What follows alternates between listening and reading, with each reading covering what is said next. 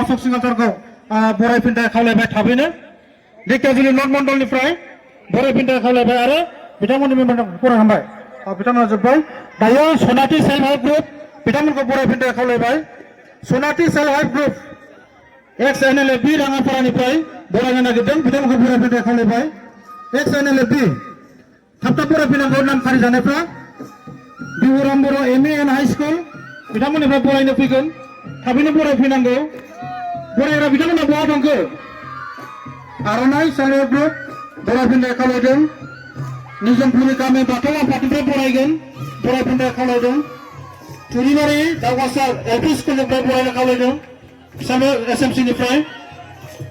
फाख्रिगुरि रंजालि क्लाबनिफ्राय बरायनो खावलायबाय लकेश्वर ब्रह्म गेजेर आरो गोजौ फरायसालिनि एसएमसि मानगोनां बिथांमोनखौबो बरायनो थाखाय खावलायबाय लकेश्वर ब्रह्म गोजौ फरायसालि टिचार स्टाफनिफ्राय बरायनो नागिरदों बिथांमोनखौ बरायगौ एसे मानसिफ्रा एसे लासै लासै बयबो बरायनो मोनगौ अननानै नागा नागसि खालामनो नाङा जोंहा मानगोनां दिपेन बर' सार दङ मानगोनां प्रमद बर' सार आरो अशोक सिंह सार बिथांमोनखौ बरायनांगौ बेंसिनारि गामि आफाद आरो मन्दिर आफाद दावजेंबिल बिथांमोना बरायगोन मानगोनां आफादगिरि दिपेन बर' प्रमद बर' आरो अशोक सिंह सारखौ माइनाव सेल्फ हेल्प ग्रुप वेस्ट कैलाजुलि बिथांमोनखौ बरायनो खावलायबाय जोंमा महिला सेल्फ हेल्प ग्रुप नोंथांमोनखौ बरायनो खावलायबाय आरो मेम'रि नामखौ होनो थाखाय खावलायबाय लासै लासै बराय गासैबो सिरियालै बरायबानो जाबाय बयबो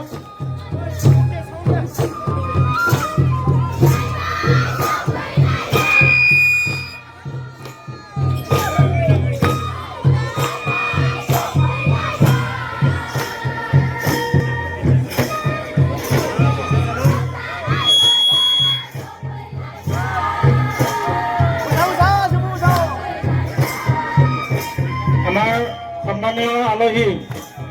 मंत्री डांगरिया और विधायक डांगरिया सारकलक बैसागु आदरिবৰ কাৰণে মই অনুৰোধ কৰিছো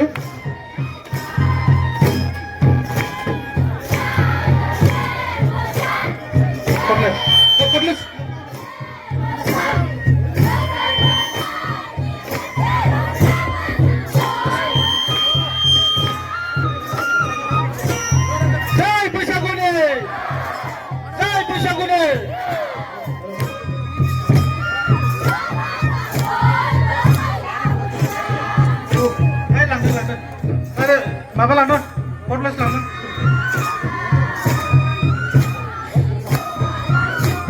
बै साउन्डखौ बुंनांगौ साउन्डखौ माइक्र'फनखौ बुंनांगौ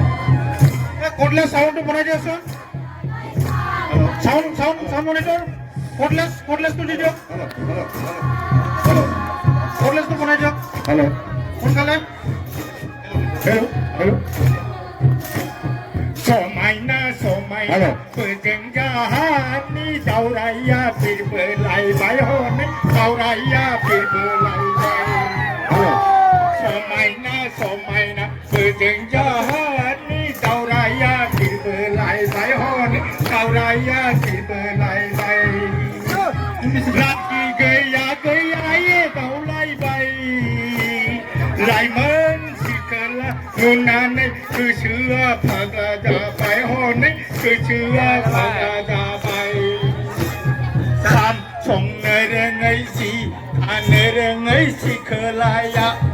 खाम संनो रोङै जि दानो रोङै सिख्लाया बे समाव गामियाव समाजारि साननाय बे मेला सनितपुर जिल्ला दुलाराय बर' फरायसा आफादनि बानजायनायजों दिनै मेहेर गोनाङै जोंनि हांख्रायनाय बायदि बाहागो लाफैनाय बिटिआरनि गाहाय मावफुं सोद्रोमा मानगोनां प्रमद बर' आसामनि मन्त्रि मानगोनां अशोक सिंह राङापारा समस्तिनि बिधायक मानगोनां बैसागु बसुमतारी दुलाराय बर' फरायसा आफादनि मानगोनां आफादगिरि दिपेन बर' बोसोनगिरि मानगोनां प्रकाश स्वरगयारि आरो बिजेपि सनितपुर जिल्ला बिजेपि मण्डलनि आफादगिरि दिपामणि सौरिया आरो गासैबो मेलेमजिबि रायजो राजा नोंथांमोननि बाहागो लानायजों मेहेर गोनाङै जोबलांबाय दा बेनिखायनो बयनिसिमबो दिनैनि हाबाफारिखौ मेहेर गोनां खालामनायनि थाखाय मानगोनां आलासि बिथांमोननिसिम साबायखर बावबाय आरो गासैबो रायजो राजा मानगोनां नोंथांमोनखौ दिनैनि मेलाव मेहेर गोनां खालामनायनि थाखाय साबायखर बावबाय दिनैनि